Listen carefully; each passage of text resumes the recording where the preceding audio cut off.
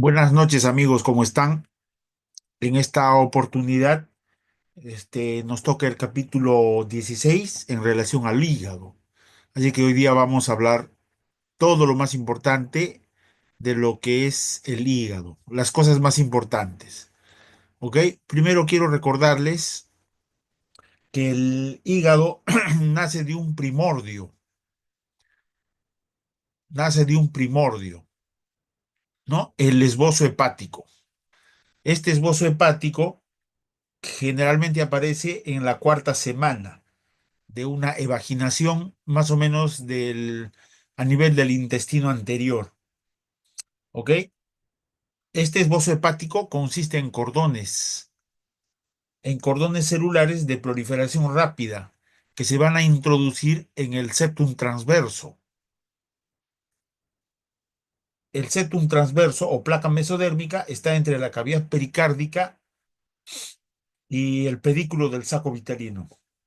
Durante este desarrollo, estos cordones se van a entremezclar con los vasos umbilicales y los vasos ónfalo-mesentéricos que finalmente van a formar los sinusoides hepáticos, ¿no? Entonces, más o menos a la décima semana es donde el hígado va a establecer su función hematopoyética, ¿ok? Y también la formación de la bilis, ¿ok?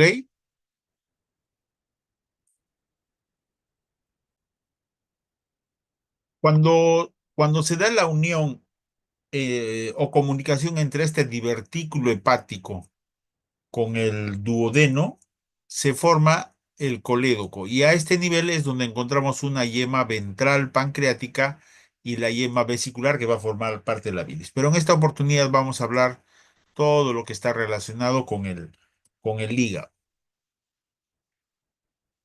Entonces, el hígado está formado en un 80%, perdón, el hígado está formado en un 80% por hepatocitos.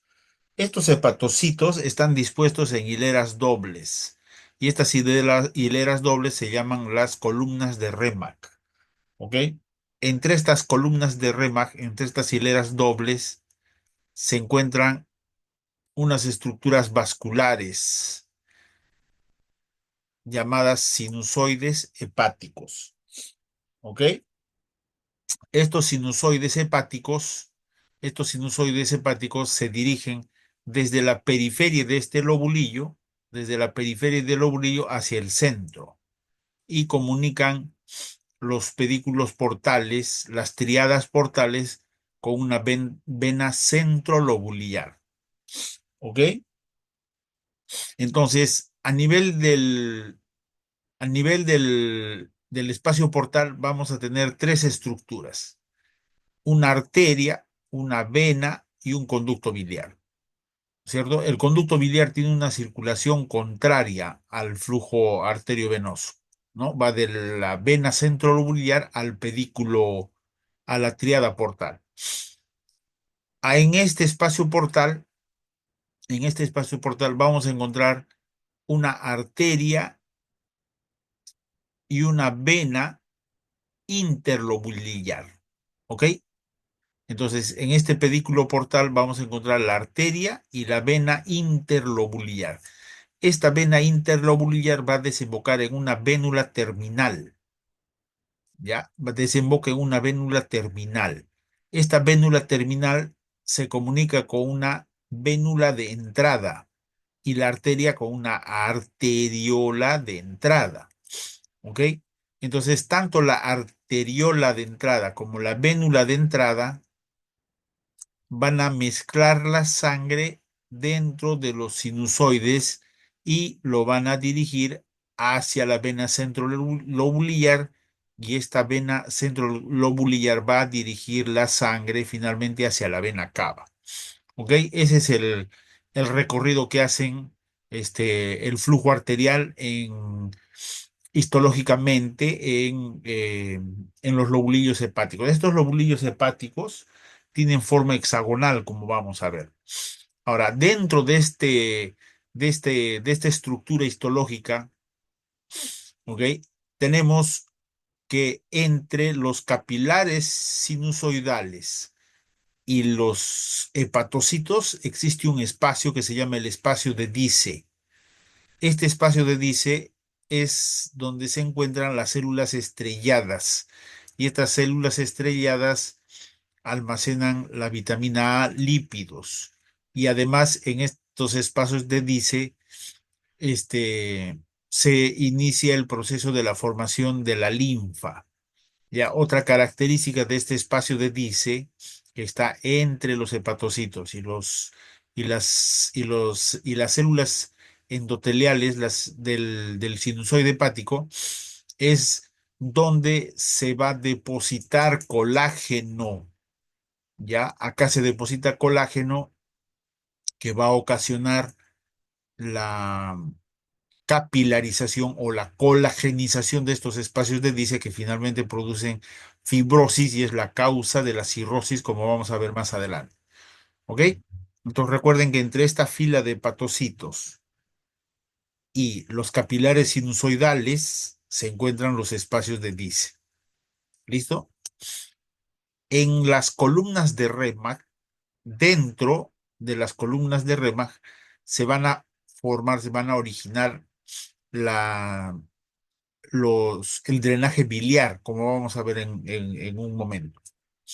Otra característica en esta tríada portal es que en esta tríada portal existe un tejido conjuntivo alrededor de los vasos, ¿ya? Y alrededor de ese tejido conjuntivo se encuentran unos hepatocitos modificados.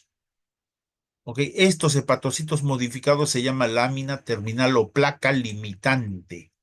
¿Ok? Estas células hepáticas modificadas, que son más pequeñas, se llaman lámina terminal o placa limitante. Entre esta placa limitante y el tejido conjuntivo del espacio portal hay un espacio de MOL, donde también se produce linfa.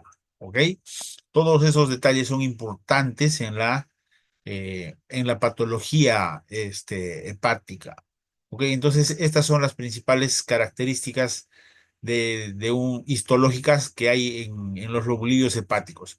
Dentro de los sinusoides, estos sinusoides son fenestrados. Estas son las fenestras que permiten el paso de las sustancias del hígado al sinusoide y del sinusoide hacia el hígado. ¿Ok? Dentro de estos sinusoides vamos a tener dos tipos de células. Ya, las células de los capilares endoteliales, ¿ok? Que van a tener la función de aumentar o contraerse de acuerdo a la cantidad de sangre que fluye por el hígado. Otro tipo de células que tenemos son las células de Cooper. Las células de Cooper, que son la primera línea de defensa que tenemos nosotros. Ya, estas células de Cooper son la primera línea de defensa que tenemos. Es decir, se comportan como unas células presentadoras de antígeno. Cuando ingresa la sangre con algunos gérmenes, estas células se encargan de, de fagocitar estos gérmenes, estos cuerpos extraños, y finalmente estas células de Cooper presentan a los linfocitos para que sean eliminados. Otra característica de estas células de Cooper es que van a producir la fagocitosis de los glóbulos rojos, envejecidos, y es acá donde estas células van a empezar a la formación de la bilis, ¿ya? Al desdoblar la hemoglobina de los glóbulos rojos, que vamos a hablar también más adelante un rato. Entonces, estas son las principales características que tenemos en los sinusoides. Ahora, como les decía, entre las células hepáticas que forman las columnas de Remag, ya se va a formar un canal, un conducto que va a transportar la bilis. ¿Ok? Entonces, esta bilis va a empezar cerca a la vena centrolobulillar. O sea, su dirección es contraria a la sangre. ¿Ok? Entonces, a este nivel, a este primer nivel, lo que vamos a encontrar son los canalículos lobulillares. Estos canalículos lobulillares todavía no son conductos. ¿Por qué? Porque no tienen, por eso se llaman canalículos, porque no tienen un epitelio propio. La pared está formada por las células hepáticas, por los hepatocitos. Entonces acá es donde empieza a fluir la bilis. A medida que va progresando, van a desembocar en unos conductos que se llaman los conductos de Hering. Estos conductos de Hering son pequeños, cortos. Estos sí son conductos, ¿por qué? Porque están tapizados por colangiocitos, que es el epitelio de estos conductos. ¿Ok? Y estos conductos de Hering van a desembocar en los conductos perilobulillares. Estos conductos perilobulillares van a recibir la bilis de los conductos de Hering. Estos conductos perilobulillares van a llevar la bilis hacia los conductos interlobulillares o de tercer orden. ¿Ya? Más adelante vamos a repasar ese trayecto. De esos conductos interlobuliares o de tercer orden van a transportar a los conductos sectoriales de segundo orden.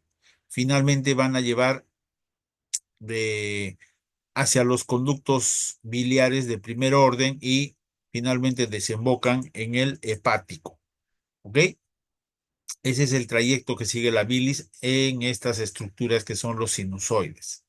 ¿Ok? Entonces, esas son las principales características histológicas que hay en los hepatocitos, en los lobulillos hepáticos. Este es un esquema perdón, este es un esquema que estamos observando de lo que es el lobulillo hepático, especialmente el clásico, ¿no es cierto? Es un lobulillo que tiene forma hexagonal, donde en los extremos están las triadas portales, ¿no? La triada portal está formada por un conducto biliar, la arteria hepática y la vena porta, básicamente, además de linfáticos y nervios. ¿No es cierto? Entonces, esas son las famosas triadas portales que tienen forma hexagonal. ¿Ok? Y acá tenemos otro corte con mayor aumento donde encontramos el conducto biliar, encontramos la arteria y la vena. ¿Ok? Si se dan cuenta, alrededor de estas estructuras hay tejido conjuntivo. ¿Ya? Hay tejido conjuntivo. ¿Ok? Entonces, los hepatocitos que están aledaños a ese tejido conjuntivo es lo que se conoce como la placa limitante, ¿ok? Y entre estos hepatocitos o placa limitante y el tejido conjuntivo hay un espacio. Este espacio es el espacio de Moll, ¿ya? Entonces, en este espacio de Moll, junto con los sinusoides, es donde se va a empezar a formar la linfa, ¿ok?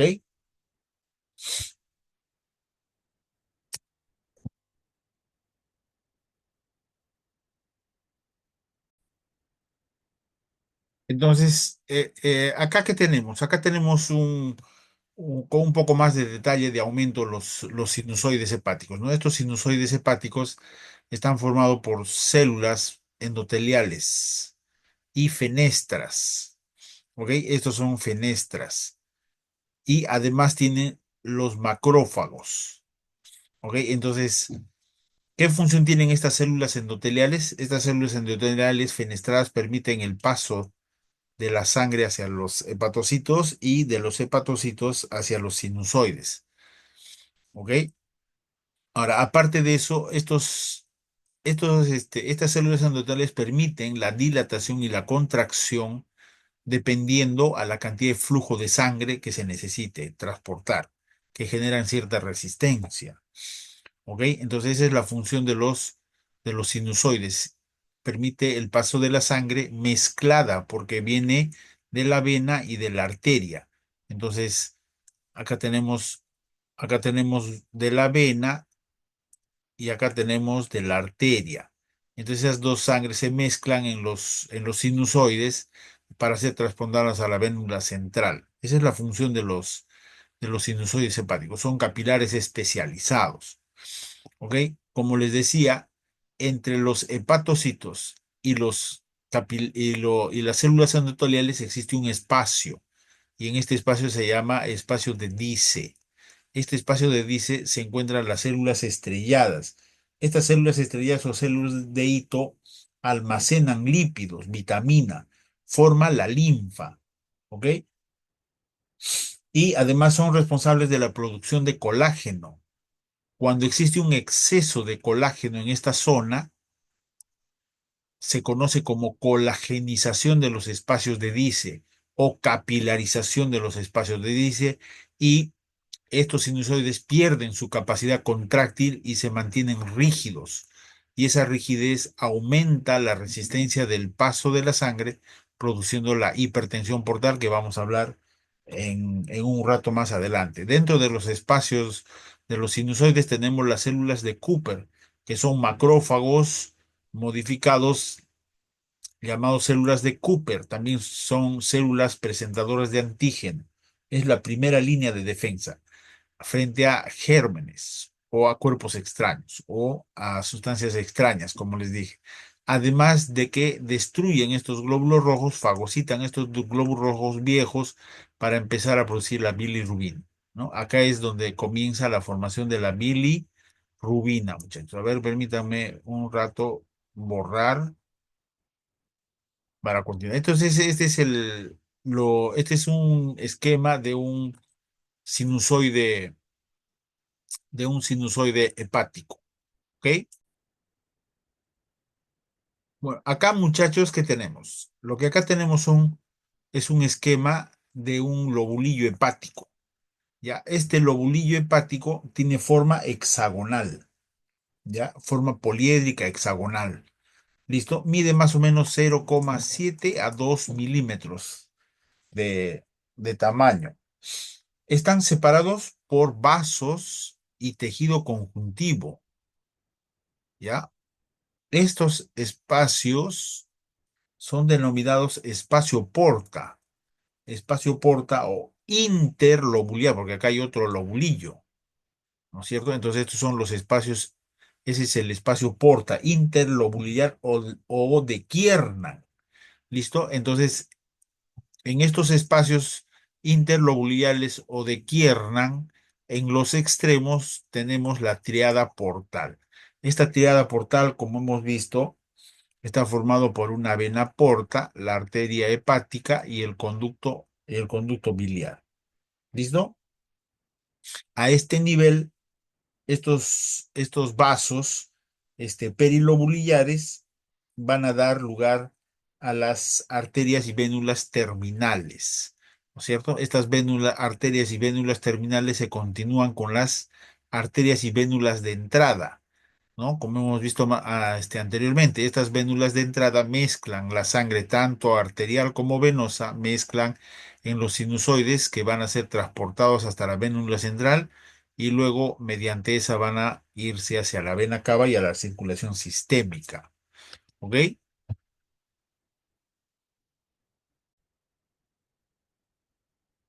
Acá, muchachos, tenemos un esquema de una célula hepática. Esta célula hepática normalmente tiene forma poliédrica, mide de 20 a 30 micrómetros, ¿no? Tiene 6 a más caras, ¿ok? Ahora, esta célula tiene tres principales contactos, digamos, uniones, ¿no? Uno es entre la entre una célula hepática o un hepatocito y los capilares sinusoidales, ¿no? Esa es una superficie de contacto entre un hepatocito y una célula endotelial, y entre esos dos está el espacio de Dice, como ya hemos descrito. Otra es de que estos hepatocitos están entre hepatocitos, ¿ok? Entre hepatocitos.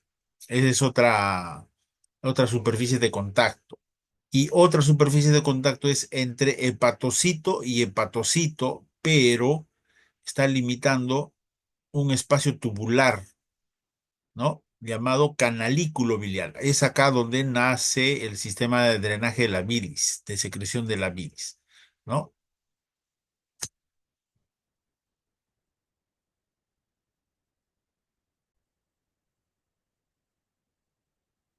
Bueno, muchachos, acá lo que tenemos son el árbol biliar intrahepático, ¿no?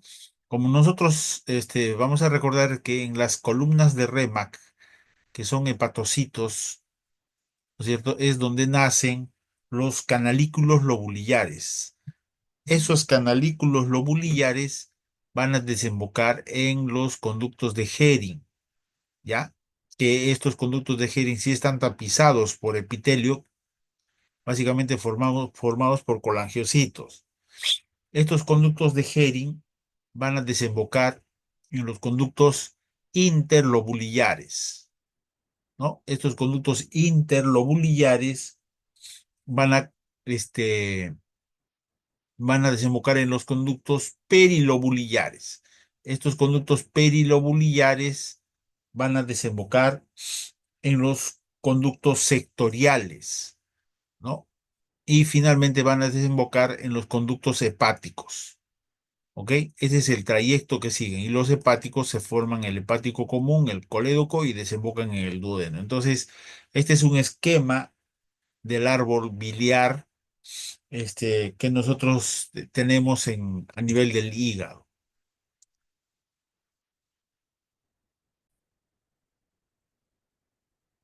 Entonces, muchachos, recuerden que el hígado, el hígado está dividido en segmentos. ¿Ok? Entonces, el hígado tiene varios segmentos, ¿no? El segmento 2, el segmento 3, el segmento 4, el segmento 5, el segmento 6, el segmento 7. Ah, perdón, perdón, perdón, me estoy equivocando. Me estoy equivocando. Me estoy equivocando. Perdón. El segmento 4A, el segmento 4B, el segmento 5, el segmento 6, el segmento 7 y el segmento 8. ¿Ok? Entonces, los el sistema del árbol biliar intrahepático nace a nivel de los canalículos lobulillares que están a nivel de las columnas de Remak. Esos conductos van a drenar en los conductos de Hering. ¿Ok? Estos conductos de Hering sí ya son conductos porque tienen epitelio propio. Estos conductos de Hering desembocan donde, muchachos, en los conductos perilobulillares. Estos conductos perilobulillares van a desembocar en los conductos interlobulillares. Estos conductos interlobulillares terminan en los conductos sectoriales. ¿Ok? Y los conductos sectoriales van a formar, este es otro conducto sectorial, van a formar los conductos hepático derecho, hepático izquierdo, que van a formar el hepático común, el colédoco, y finalmente terminan en el duodeno. Entonces, este es un esquema del árbol biliar, ¿no? Los conductos sectoriales quiere decir que el hígado tiene sectores, ¿no? El sector 8, el sector 5, que en conjunto son el sector derecho anterior, el 6 y 7 derecho posterior, igualito al otro lado. Entonces, ese es el esquema del árbol biliar que nosotros tenemos en el hígado, muchachos. Recuerden, muchachos, que también la disposición histológica del hígado está en función del drenaje o del flujo sanguíneo que se estudie, ¿no? Entonces, lo primero que vamos a describir son los lobulillos clásicos, ¿no? El que ya hemos estado describiendo anteriormente. Este lobulillo clásico sigue una descripción morfológica en relación al flujo sanguíneo portal, ¿ok? Este flujo sanguíneo portal va de los espacios porta hacia el centro, hacia la vena centrolobulillar. ¿Ok? Normalmente mide más o menos de 0,7 a 2 milímetros de tamaño. Está rodeado por las tríadas portales y en el centro está la vena centrolobulillar. Ese es un lobulillo clásico. El lobulillo porta se centra en la circulación, en la secreción biliar, ¿no? Y en los extremos tenemos a las venas centrolobulillares. Y el drenaje, como les dije, va del centro de las venas centrolobulillares hacia los espacios, hacia las tríadas portales para drenar la bilis. Y finalmente tenemos los acinos portales que tienen forma de rombo, ¿no? y en cuyos extremos tenemos una vénula centrolobulillar y en los otros extremos tenemos las arterias hepáticas interlobulillares. ¿Ok? Esto se centra básicamente en la circulación sanguínea, ¿no es cierto? Entonces, acá tenemos un esquema donde se evidencia que la zona más aledaña a las arterias es la parte más que recibe mayor cantidad de oxígeno y es la zona donde se sintetiza activamente el glucógeno y proteínas. Luego tenemos la zona 2 que tiene menos cantidad de oxigenación y la última zona, la que es peri, que está alrededor de las vénulas centrales, que tiene mayor proporción de CO2 y tiene este, están más expuestas a sustancias tóxicas, ¿no es cierto? Entonces, esta es la descripción histológica que tiene el hígado básicamente, ¿ok? Acá, muchachos, lo que tenemos es un esquema de la fisiología del hígado, ¿cierto? Nosotros sabemos que el 70% de la sangre viene a través de la vena porta y el otro 30% de la arteria hepática, ¿ok? La vena porta recoge todo el material absorbido en el tracto gastrointestinal, menos los lípidos. Los lípidos son transportados por la vía linfática, ¿no? Y la eliminación de las sustancias se hace a través de la secreción biliar. Ok, ustedes saben que la bilis desempeña una importante función en la digestión de las grasas, de los lípidos, ¿no? Entonces, esta sangre que llega al hígado por la triada portal, finalmente llega, como les digo, a las triadas portales y de acá atraviesan los sinusoides hasta llegar a una vénula centrolobulillar. Estas vénulas centrolobulillares atraviesan la sangre va a atravesar de manera longitudinal y va a desembocar en las venas sublobulares o intercaladas. Estas venas intercaladas, ¿ok? Van a confluir hasta formar lo que se conoce como las venas suprahepáticas. Y estas venas suprahepáticas desembocan en la vena cava y de la vena cava pasa a la circulación sistémica. ¿Ok?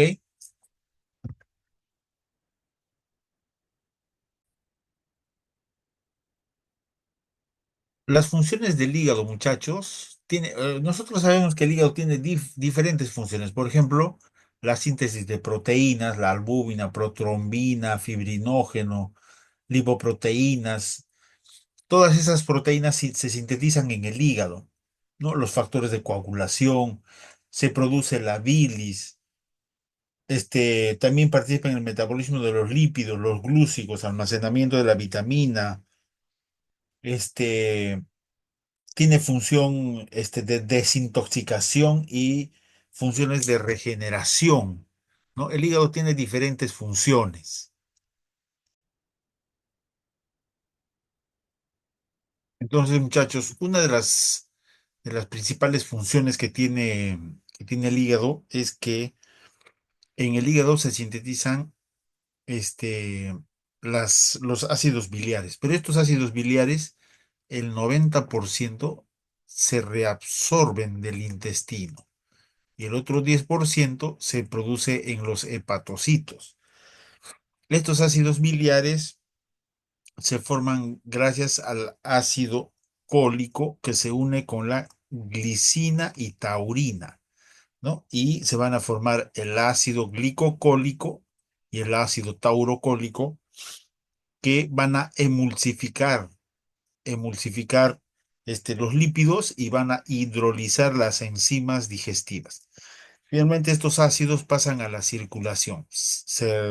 Más del 90% regresan a la circulación. La otra función importante que tiene el hígado es de que una vez que los glóbulos rojos viejos son digeridos, fagocitados por los macrófagos que pertenecen al sistema retículo endotelial, entonces la hemoglobina se desdobla en hem y en globina. y esta globina pasa a la circulación para sintetizar nuevamente proteínas. Este M se va a convertir en biliverdina. Esta biliverdina, gracias a la enzima biliverdina sintetasa, se convierte en bilirrubina indirecta, que siempre está unida a la albúmina. ¿Ok? Y luego esta bilirrubina indirecta se convierte en bilirrubina directa en los hígados, que posteriormente pasan al sistema digestivo, al aparato digestivo. ¿Ok? Este, entonces, acá la importancia de esta función del hígado radica en que nosotros tenemos dos tipos de ictericias: ictericia prehepática y la ictericia posthepática o colestásica, ¿no?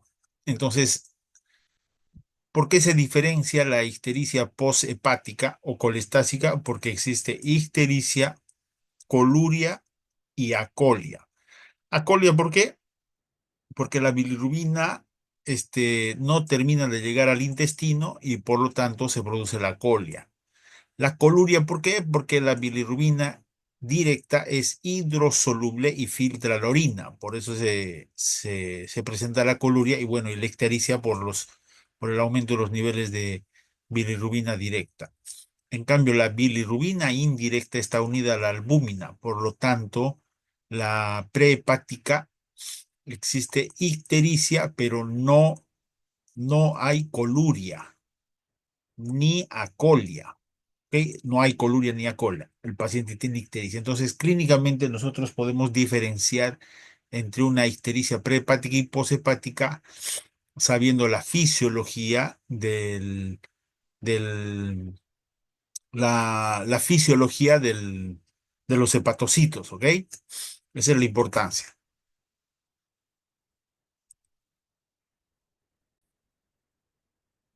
Bueno, muchachos, una vez que hemos repasado la fisiología, histología del hígado, ahora vamos a hablar de la anatomía. Bueno, el hígado, ustedes saben que es un órgano que tiene forma de cuña, está en el lado derecho, pesa aproximadamente unos 1.200 a 1.500 gramos, ¿ok? Tiene una cara diafragmática y una cara visceral. En la cara diafragmática está en relación con el diafragma y tiene algunas impresiones costales, ¿ok? Y la zona que está directamente relacionada al diafragma es una zona que no tiene peritoneo y se llama la zona desnuda o la zona vara del hígado. La cara inferior del hígado, básicamente, o llamada cara visceral, tiene las impresiones de los riñones, del colon, del, este, las impresiones, ¿cómo se llama? De los órganos abdominales, ¿no? Entonces, también tiene las impresiones gástricas, ¿ok? Entonces, la cara inferior del hígado, está dividida por dos surcos, este, que van a formar una especie de H, dos surcos laterales y un surco intermedio, ¿ok?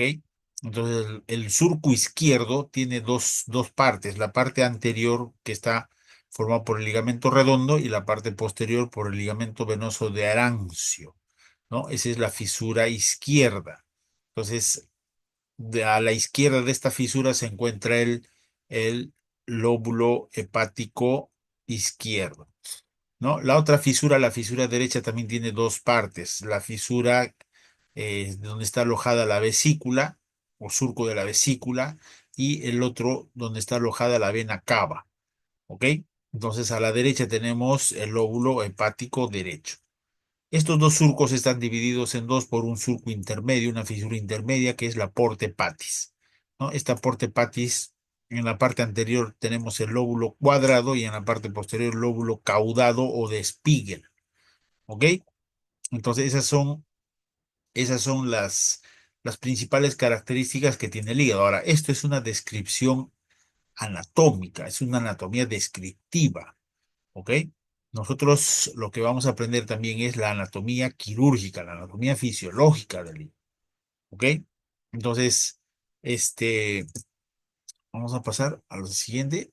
Entonces, acá tenemos otra imagen en la que vemos una disección donde se ve la porta hepatis, ¿no? Esta porta hepatis con su rama derecha y la rama izquierda que van a ir a los diferentes segmentos. ¿Ok?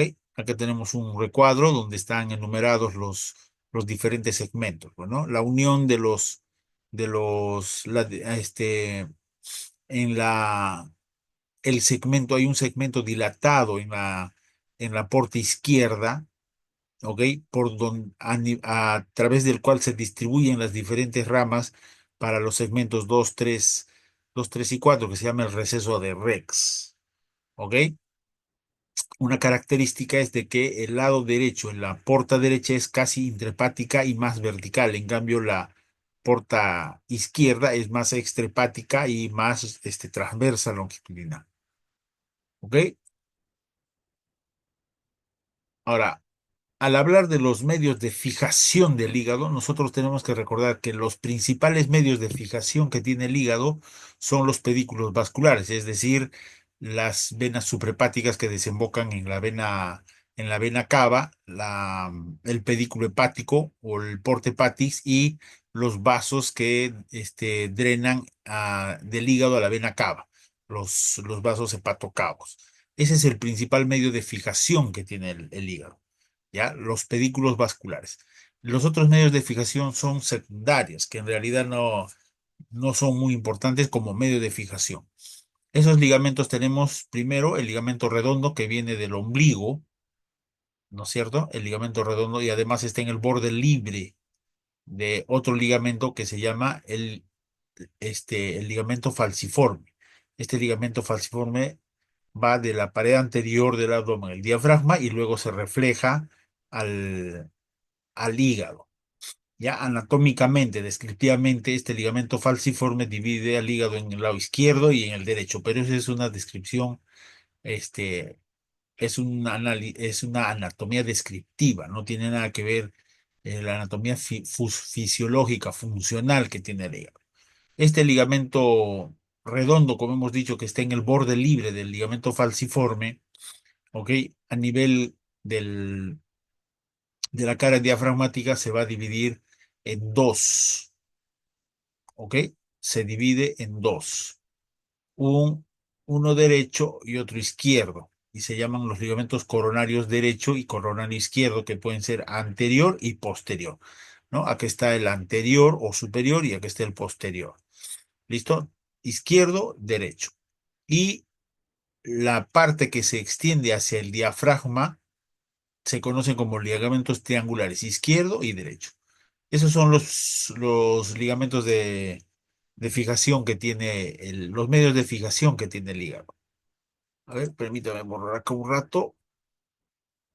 Listo, vamos avanzando. Bueno, este es otro corte, es un borde de la cara inferior donde vemos las fisuras izquierdas, derechas, el porte pati, ¿no? Y con la cara visceral. Acá tenemos una imagen, prácticamente una imagen real del porte pati, ¿no? Acá esta porte patis es donde se encuentra el pedículo hepático, ¿no? La vena porta, la arteria hepática, el conducto biliar y linfáticos y nervios, ¿ok? Este surco de acá, este surco de acá es conocido como surco de Rubier. Ya, este surco de acá es conocido como el surco de Rubier. Es un punto de reparo importante al momento de hacer una cirugía de vesícula. ¿Ok? Toda disección tiene que ser por encima del surco de Rubier. Es un punto de reparo. Generalmente el surco de Rubier da alojamiento aloja al pedículo hepático derecho. ¿Listo? Como ustedes están viendo acá, el, la porta derecha es más intrahepática, en cambio la porta izquierda es más extrahepática y más longitudinal. A continuación está el surco del ligamento redondo y acá está el surco del ligamento venoso de Arancio. ¿Ok? Vamos a borrar esto un poco y vamos a seguir avanzando. Este es otro esquema de la relación que existe eh, del hígado con los órganos abdominales y los recesos. Los principales recesos que tiene el hígado. Vamos a cambiar de lápiz. A ver, azul será ya.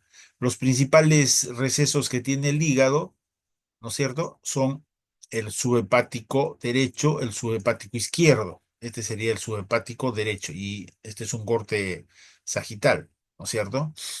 Y el subhepático, este es el sufrénico, perdón, sufrénico derecho, sufrénico derecho, izquierdo, ¿ok? Y el subhepático derecho.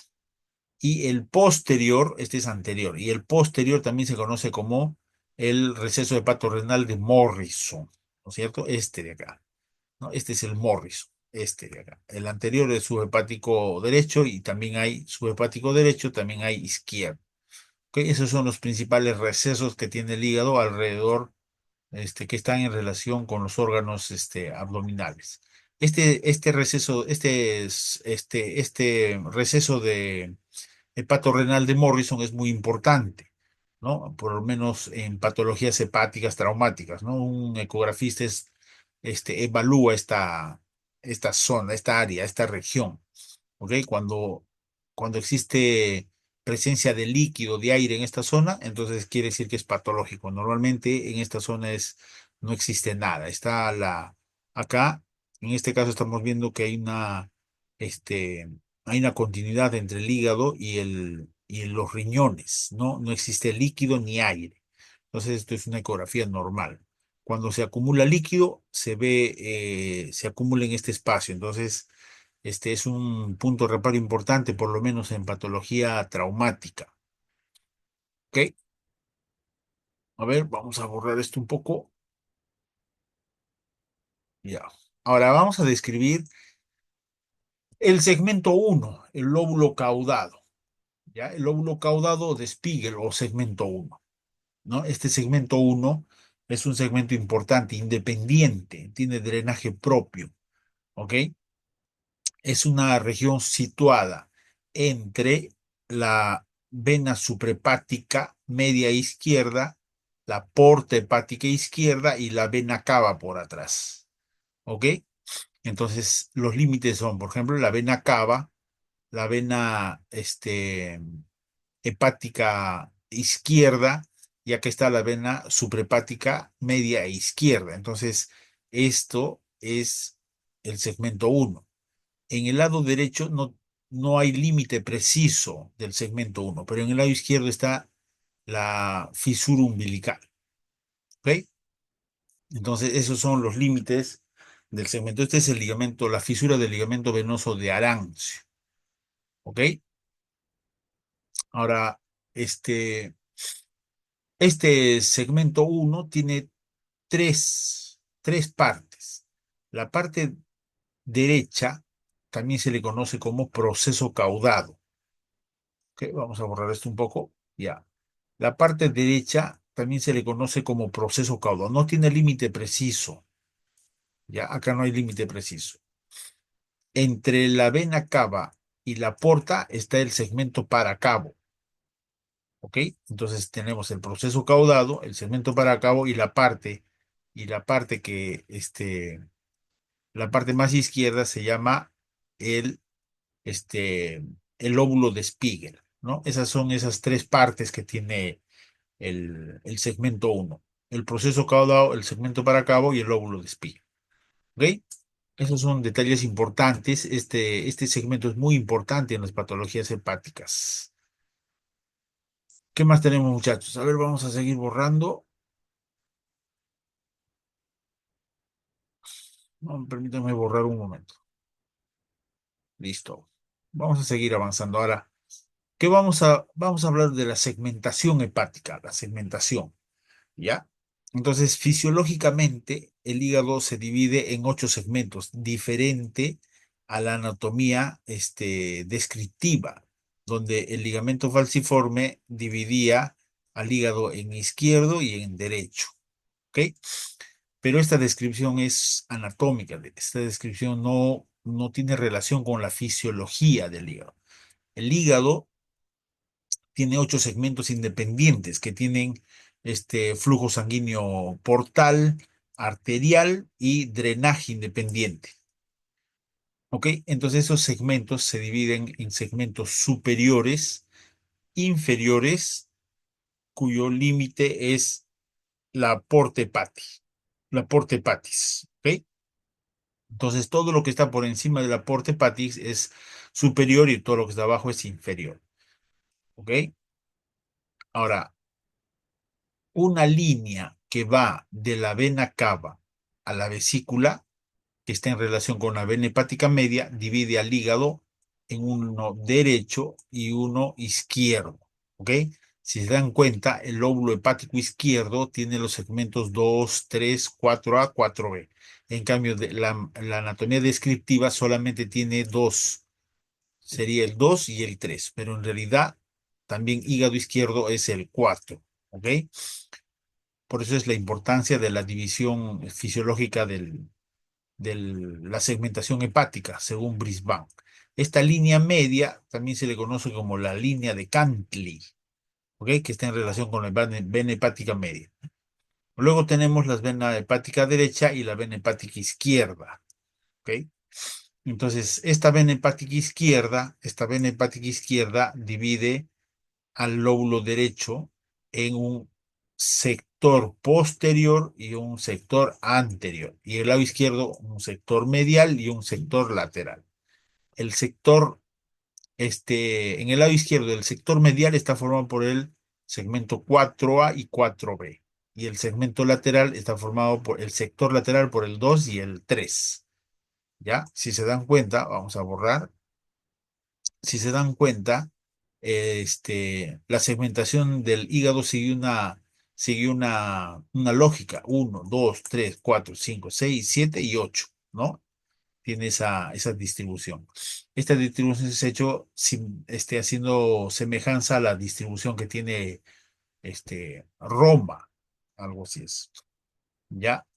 Entonces, en el lado izquierdo tenemos el segmento medial izquierdo, el segmento medial izquierdo, que está formado por el 4A y el 4B, y el segmento lateral por el 2 y el 3. Entonces, el sector lateral izquierdo se encuentra a la izquierda de la vena hepática izquierda. Entre la vena hepática izquierda y la vena hepática media o línea de Cantley está el segmento medial izquierdo, formado por el 4A y el 4B. ¿Ok? Ese es en el lado izquierdo. Ahora, en el lado derecho,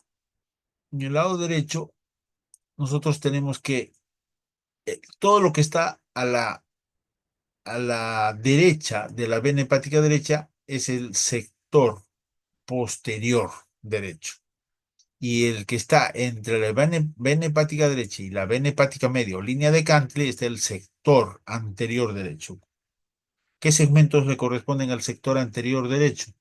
El 8 y el 5. Al sector posterior derecho, el 6 y el 7. Si yo les pregunto, ¿qué segmentos son superiores? El 2, el 4A, el 8 y el 7. ¿Qué segmentos son inferiores? 6, 5, 4B y 3. ¿Ok? El 1 siempre es independiente. Ya sabemos que el 1 tiene su proceso caudado, el segmento para cabo y el lóbulo de espiga. ¿Ok? Ahora, esa división, el Comité Internacional ya ha denominado una terminología, se ha consensuado una terminología. Entonces, gracias a esa división, tenemos que la división de primer orden básicamente se va a dar por la línea de Cantley, ¿no? Entonces, en este caso existe un hígado derecho y un hígado derecho y un hígado izquierdo. Entonces, acá sería una hemicolectomía derecha o una hemihepatectomía derecha, y acá sería una hepatectomía izquierda o una hemihepatectomía izquierda. ¿Ok? Eso es una división de primer orden. La división de segundo orden, ¿ok? La división de segundo. Entonces, si a ustedes les dicen, por ejemplo, qué segmentos se retiran en una hepatectomía derecha, entonces ustedes tienen que saber que en el lado derecho hay cuatro segmentos: el 8, el 7, el 6 y el 5. Entonces, en una hepatectomía derecha se retiran el 5, 6, 7 y 8. En una hepatectomía izquierda, ¿qué tenemos? El 4, el 2 y el 3. Entonces, en una hepatectomía izquierda están retirándose el 4, el 2 y el 3. ¿Ok? Ahora, las divisiones de segundo orden ya tienen que ver no solamente con la línea de Cantley, ¿no? Acá vamos a dibujar un poco más grande. No solamente con la línea de Cantley, sino también con las venas hepáticas, las proyecciones de las venas hepáticas. ¿Ok?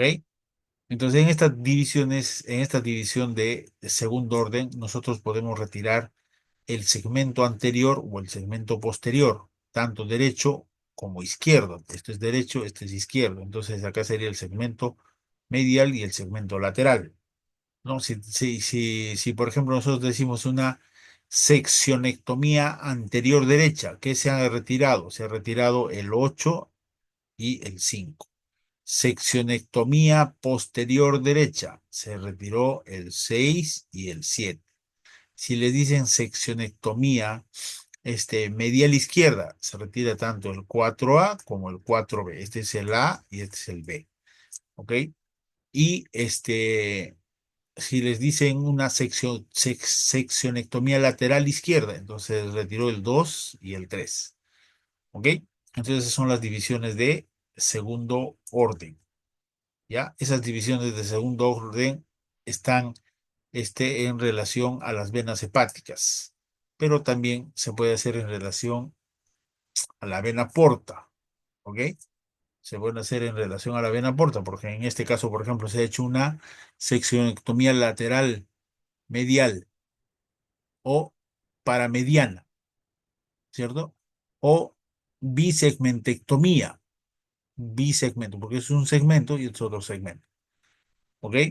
Y luego vienen las divisiones de tercer orden, que ya es gracias a la división portal. Cada porta tiene su segmento. Entonces, en este caso, por ejemplo, se ha retirado el segmento 6. Acá se está retirando dos segmentos, 5 y 6. Se llamaría bisegmentectomía. ¿Sí entienden, verdad? Entonces, es la terminología del Comité Internacional que se utiliza actualmente. ¿Qué más tenemos? A ver, permítame borrar esto.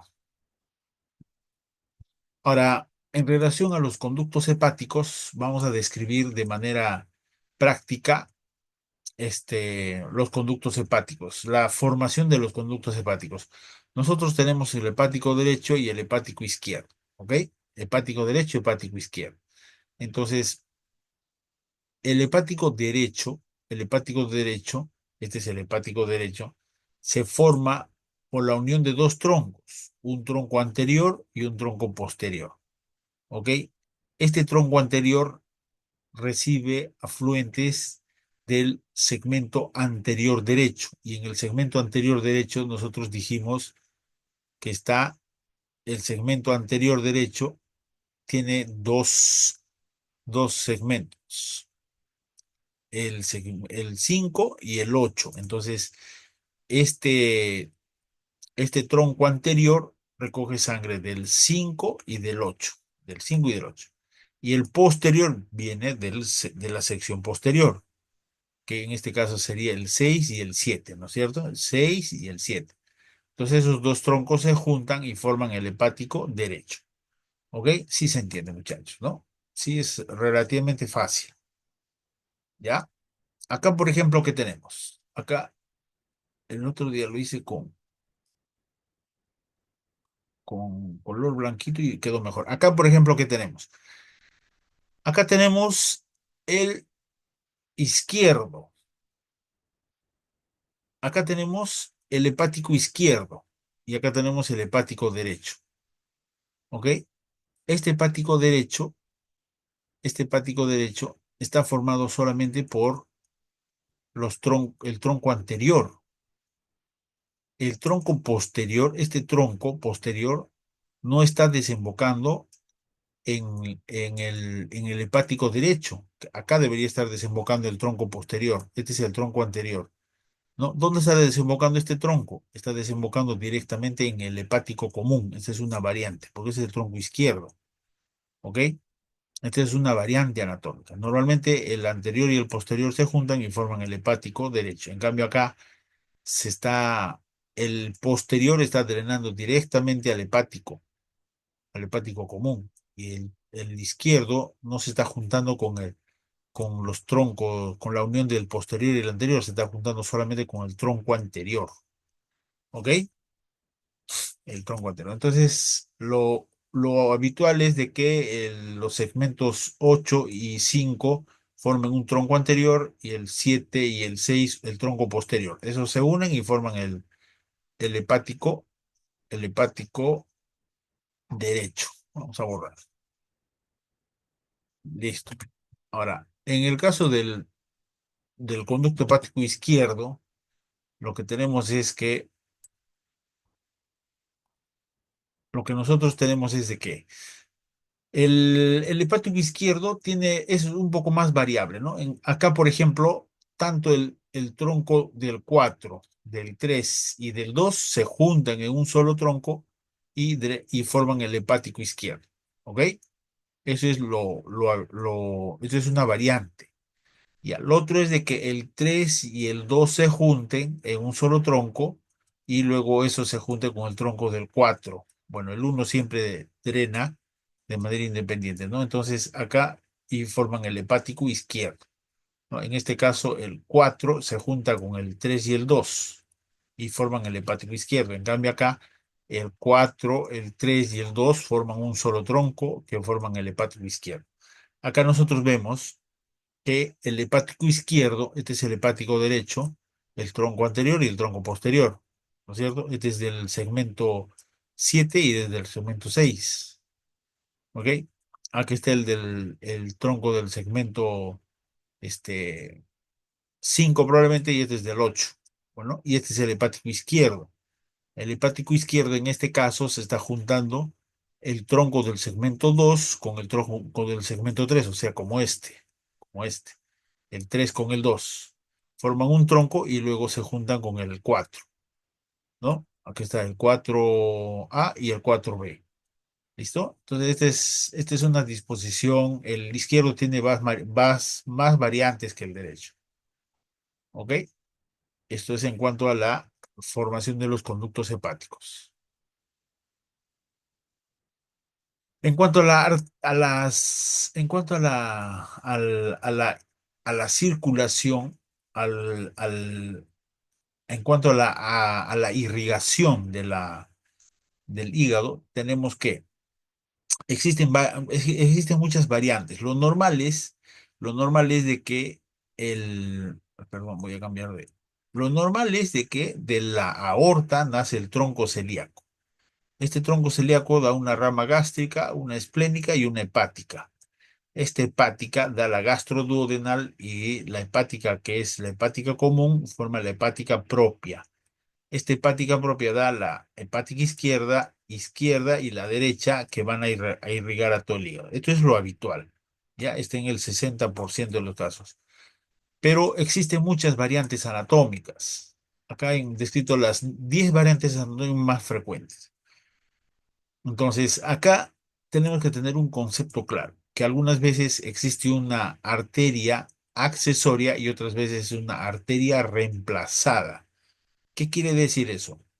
Accesoria quiere decir de que cuando un segmento esté irrigado por una arteria, accesoriamente puede venir otra a irrigar ese segmento. Por ejemplo, en el lado derecho puede venir de una hepática derecha, entonces de manera accesoria. ¿Ok? Igualito en el izquierdo, la gástrica algunas veces da una hepática izquierda, entonces de manera accesoria. Esa es una arteria accesoria. Ya, ahora, La reemplazada es cuando ese segmento del hígado es irrigada por una arteria que no viene del tronco celíaco. ¿Ok? En este caso, por ejemplo, la arteria hepática derecha viene de la mesentérica e irriga al hígado derecho, pero en ese caso no, el hígado derecho no tendría la rama derecha de la hepática, sino esta hepática derecha viene directamente o de la aorta o de la mesentérica superior, ¿ok? Entonces esa es una arteria reemplazada y lo otro es una arteria accesoria. Existen diferentes variantes, muchachos, así que aquí están todas las variantes que puede haber en la mayor parte de las variantes que se describen según la clasificación de Michels. En cuanto al drenaje, en cuanto a la irrigación portal, nosotros sabemos que el tronco de la vena porta se forma, vamos a cambiar de color, el tronco de la vena porta se forma de la unión de la mesentérica superior con el tronco espleno-mesaraico. Espleno-mesaraico. Este tronco espleno-mesaraico se forma de esta es la mesentérica superior, la vena mesentérica superior, esta es la vena mesentérica inferior. Entonces se junta la vena mesentérica inferior con la vena esplénica y forman el tronco espleno-mesaraico. Este tronco espleno-mesaraico se forma con la vena mesentérica superior y forman la porta. Esta porta se divide en una derecha y una izquierda.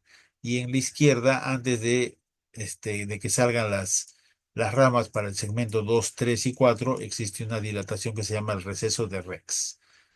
¿Ok? En cambio, en la derecha se forma un tronco anterior y un tronco posterior. El tronco anterior va para el segmento 8 y para el segmento 5. Y en cambio, el tronco posterior va para el 6 y el 7. ¿No? Esa es la irrigación esa es la irrigación portal del hígado, ¿ya? Ahora, un detalle importante es de que este sistema porta recoge sangre de todo el aparato gastrointestinal, de todo el aparato gastrointestinal. ¿Ok? De todo el aparato gastrointestinal, del estómago, el duodeno, el intestino delgado, el intestino grueso y el recto superior. Entonces, del vaso, cualquier patología a este nivel, cualquier patología infecciosa puede ocasionar émbolos sépticos que van a la porta. Y eso se conoce como piliflebitis. Ya es una infección severa del, del hígado. Antes era más frecuente, pero ahora con los medicamentos, el tratamiento antibiótico, cada vez es bien raro tener ese patología. El drenaje venoso, como nosotros ya sabemos, una vez que la sangre llega por la porta al hígado, esa sangre atraviesa todos los sinusoides y finalmente van a formar unos vasos que se llaman las venas suprahepáticas.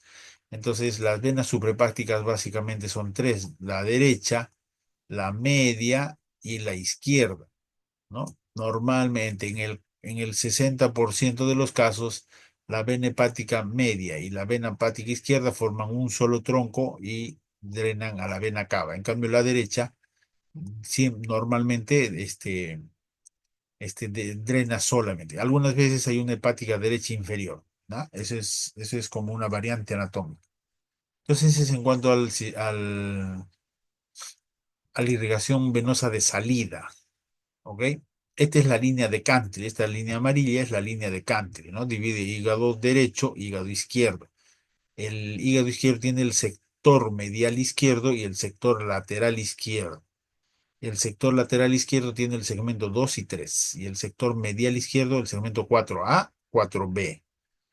¿Ya? Todo lo que está por debajo de la porta es inferior y lo que está por encima es superior.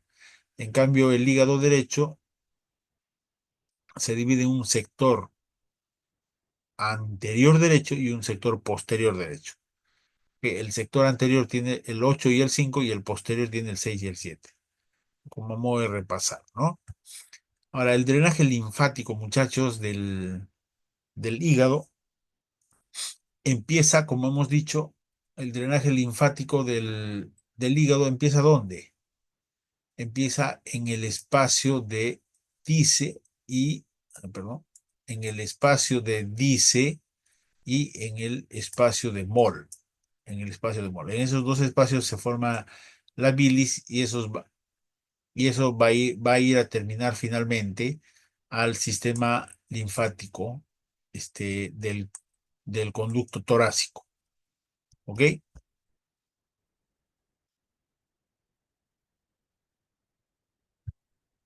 Ahí vamos. Bueno, después de repasar toda esa fisiología, histología del hígado, una de las enfermedades más importantes que nosotros tenemos en el hígado es la hipertensión portal. Esta hipertensión portal, ¿por qué se produce?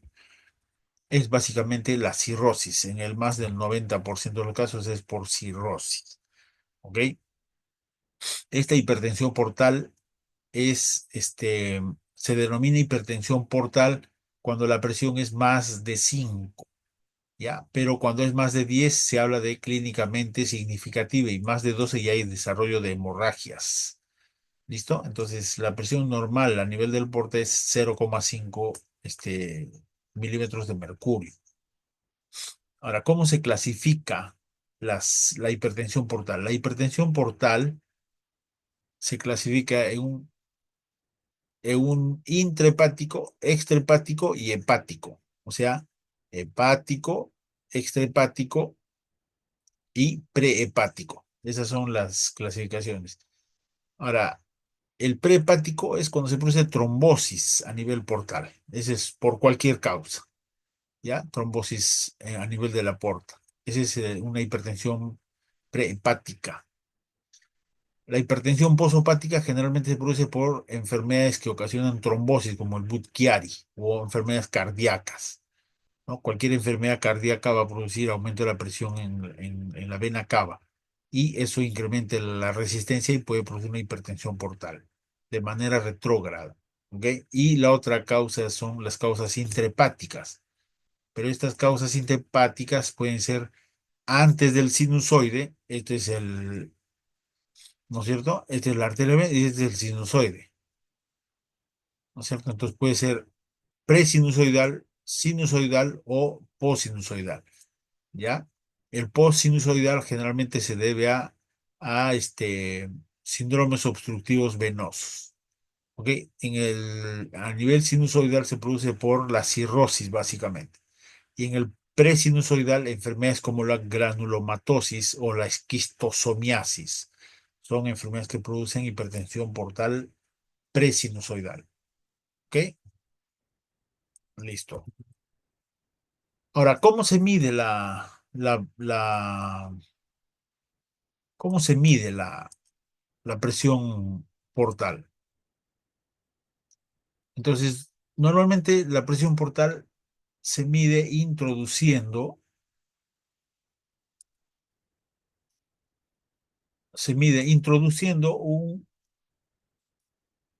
un, un catéter con un globo al sistema cava y que se llega hasta las suprahepáticas. ¿Ok? Entonces, esta es una vena suprahepática y este es el globo. Cuando el globo no está inflado, entonces la sangre no tiene obstáculo al pasar. Eso se llama la presión libre. Y si nosotros insuflamos el globito, se llama encuña. Entonces, la diferencia de eso se conoce como gradiente de presión venosa hepática. Ya, ese gradiente es de 0,5 normal, más de 10 es clínicamente significativa y más de 12 ya hay riesgo de hemorragia sangrado. ¿Ok? Entonces, de esa manera se mide la presión a nivel portal. Todo esto se hace por radiología intervencionista, no es un procedimiento fácil. Ahora, la principal causa de todo eso es la cirrosis. La cirrosis es una enfermedad que se caracteriza por formación de granulomas y fibrosis, granulomas de regeneración, ¿no? Estos nódulos de regeneración pueden ser macronodulares, micronodulares, macronodulares o mixta, ¿ya? Y la fibrosis tiene que ser en puente. La principal característica de la cirrosis es de que acá se deposita colágeno en el espacio de Dice y a eso se denomina colagenización o capilarización de los espacios de Dice que hace que estos capilares no tengan la posibilidad de contraerse o dilatarse de acuerdo al flujo sanguíneo. Entonces, como se vuelven rígidos, el paso de la sangre se aumenta la resistencia del paso de la sangre. Entonces, la sangre que viene por el sistema portal, al momento de atravesar, encuentra una resistencia y eso es lo que ocasiona la hipertensión portal. ¿Ok? Es una de las principales complicaciones de la cirrosis. A ese depósito de colágeno en el espacio de Dice se le conoce como colagenización de los espacios de Dice o capilarización hepática, ¿ok? Ahora, cuando se da eso, lo que va a ocasionar una enfermedad que son como hipertensión portal. Esta es la teoría de la vasodilatación. Entonces, la cirrosis que produce fibrosis en el hígado por depósitos de colágeno en los depósitos de dice, incrementan la resistencia al paso de la sangre. ¿Ok? A eso se le conoce como hipertensión portal. ¿Por qué? Porque al momento de generar resistencia, aumenta la presión de manera retrógrada. ¿Ok? Entonces, como la resistencia está aumentada al paso de la sangre, la resistencia está aumentada, automático el cuerpo para tratar de vencer produce vasodilatación. Y la vasodilatación generalmente es plácnica. Por lo tanto, hay hipovolemia. Como se detecta hipovolemia, entonces se activa el sistema a sistema renina-angiotensina aldosterona en el sistema nervioso central y la liberación de ADH para compensar esta hemodinamia. ¿Ok? A su vez de que se está queriendo compensar, también se produce vasoconstricción periférica, retención de agua, y eso va a ocasionar aumento de la resistencia vascular periférica y del gasto cardíaco. ¿Ok? Todo eso que va a producir ascitis, síndrome hepatorrenal, refractariedad, encefalopatía. ¿Ya? Síndrome hepatopulmonar. ¿Listo? Todas esas son complicaciones que se producen, ¿no? Y el aumento de la presión a nivel portal produce varices, esplenomegalia, hiperesplenismo. Entonces, clínicamente, ¿cómo podemos sospechar nosotros de cirrosis o hipertensión portal? ¿Ya? Uno, le haces endoscopía y encuentran varices. Listo. No hay endoscopía, una ecografía y le encuentras esplenomegalia. Te hace sospechar. ¿No? Y si encuentras hiperesplenismo, entonces todo esto te hace sospechar de hipertensión portal. Y el hiperesplenismo que ocasiona disminución de las plaquetas, ¿ya? Entonces la disminución de las plaquetas y la anemia macrocítica, ¿ya? Porque el volumen corpuscular medio es más de 90, entonces te indica que puede ser una hipertensión portal. Entonces, la plaquetopenia y la anemia, el volumen corpuscular medio, más de 95, entonces te hace sospechar de una hipertensión portal. Más de 95, otros dicen 100, pero ahí se produce eritrocitos grandes. ¿Listo? Entonces, esa es la fisiopatología de la hipertensión portal. Ahora, las complicaciones se dan especialmente las varices. Las varices se generan en todos los sistemas de derivación que tiene el aparato gastrointestinal, ¿no? A nivel del esófago se forman varices esofágicas, en el recto se pueden formar varices rectoanales, en todo el aparato digestivo se forman varices y eso se conoce como hipertensión portal. Ahora, en todo paciente que tenga cirrosis, nosotros tenemos que averiguar qué tipo de cirrosis es, si es un cirrótico A, B o C. Y para eso está la clasificación de Child, ¿ya? Que mide si tiene ascitis, bilirrubina, albúmina, tiempo de protrombina, INR y encefalopatía. Entonces nosotros colocando un puntaje, nosotros podemos saber si es grado A, B o C. ¿Ya? Esto es importante, les voy a mencionar más adelante qué tan importante es todo esto. Es muy importante tener esos detalles cuando nosotros tenemos un paciente cirrótico, por ejemplo, se quiere operar de algo. Ok, otra clasificación. Estas escalas evalúan el pronóstico y mortalidad. Miren, la sobrevida al año es del 100% en pacientes Child A. En cambio, en los C, solamente la sobrevida es 45 al año y a los 2 años solo 35. En cambio, en el A, mira, al año 100% están vivos, a los 2 años 85%. O sea, es muy importante tener esto en consideración. Igualito es la clasificación de Mel. La clasificación de Mel se utilizó para evaluar la morbimortalidad en TIPS, ¿ya? En los pacientes a los que se sometía a TIPS. Pero se ha visto de que esto es muy útil, por ejemplo, para este, calificar pacientes para trasplante.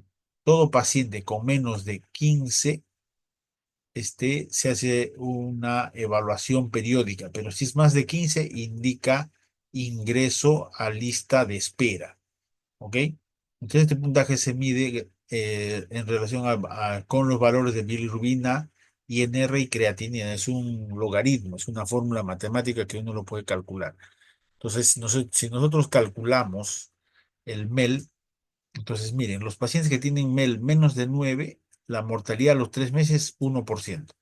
Si tienen más de 40, 71% de mortalidad a los 3 meses, ¿no? A medida que aumenta el puntaje MEL, aumenta la mortalidad a los 3 meses, ¿ok? Entonces, todo paciente con MEL más de 15 ya tiene indicación de ingreso a lista de espera.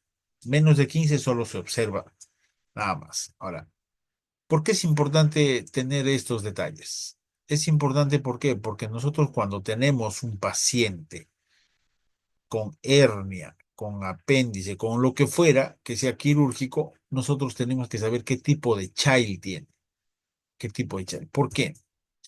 Porque muchachos, los pacientes con child A, o sea, menos de child A o MEL menos de 10, entonces, y tienen pocas comorbilidades, toleran bien una cirugía. Es como un paciente normal, toleran bien la cirugía. Pero ¿qué pasa si tiene Child B? Entonces, si tiene Child B o MEL de 11 a 15, ya les dije que más de 15 es indicación a lista de espera, ¿ya? Entonces, los Child B o MEL del 11 al 15 se tiene que evaluar los riesgos y beneficios. El paciente requiere UCI, ¿ya? Y optimización preoperatoria y monitorización perioperatoria. Pues requiere recursos de estos pacientes porque el manejo es complicado, se descompensan estos pacientes y normalmente terminan en cuidados intensivos.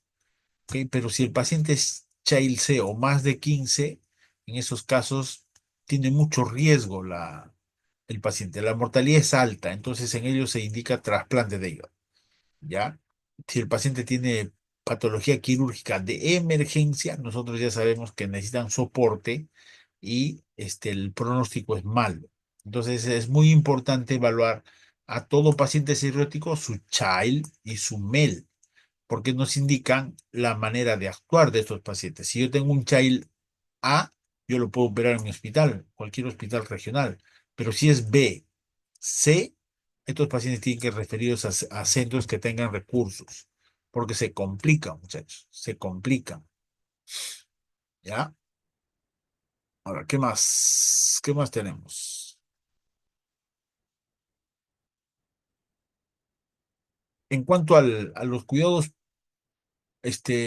preoperatorios, uno tiene que compensar a todo paciente con hipertensión portal.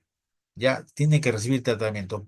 Se utilizan beta bloqueantes como el carvedilol o el propanolol, ¿cierto? Entonces esos medicamentos se usan. Se tiene que compensar primero la hipertensión portal antes de hacer una cirugía electiva. Ahora, si es emergencia, uno tiene que evaluar si hay la A, B o C, ¿no? Ahora, todo paciente con ascitis no se tiene que operar si el paciente no está compensado. Es más, la ascitis tiene que desaparecer, porque si no, tiene mucho riesgo. Todo paciente con encefalopatía tiene que ser tratado. Generalmente se utiliza la lactulosa de 30 a 45 ml ya cada 6 horas, 8 horas, hasta que el paciente tenga 2 o 3 deposiciones. Otro tratamiento para la encefalopatía es la rifaximina. Ya también se puede utilizar 2 veces al día y con eso se tiene que compensar la encefalopatía. Es importante la compensación de la encefalopatía, especialmente en pacientes ambulatorios. Los pacientes con coagulopatía, tanto el plasma fresco congelado, la vitamina K, el crioprecipitado no han demostrado grandes beneficios. Ya no han demostrado. ¿Ok? Pero sí se tiene que transfundir plaquetas si están en menos de 50.000. ¿Ok? Ahora, estos pacientes son inmunocomprometidos y normalmente reciben tratamiento para una peritonitis bacteriana espontánea. ¿Ya? Entonces se ha visto de que el adicionar medicamentos no tiene muchos beneficios. Tienen que utilizar lo que se requiere, lo que está en los protocolos. Igualito en la desnutrición y sarcopenia, lo mejor es compensar. Si es una emergencia, entonces se tiene que evaluar a los pacientes sus riesgos y beneficios, en todo caso referirlos a un centro grande. ¿Ok? Todo paciente con cirrosis tiene que tener tratamiento para hepatitis B o C. Ya es importante el manejo de la hepatitis para, para este tipo de pacientes. Ya el paciente tiene que dejar de consumir alcohol. ¿Listo? Y se ha visto que no tiene mucho sentido medir si existe un metabolismo alterado o no de los medicamentos. Normalmente se utilizan con fines de estudio nada más. ¿Listo? ¿Qué más, muchachos? A ver, ¿qué más tenemos? Bueno, listo. Eso es todo. Espero que les haya servido. Cualquier cosa me pueden escribir por interno, ¿ok? Yo gustoso les voy a responder. Pueden escribirme o pueden llamarme en sus momentos libres. Listo, muchachos. Espero que tengan un buen fin de semana. Cuídense mucho y hasta la próxima.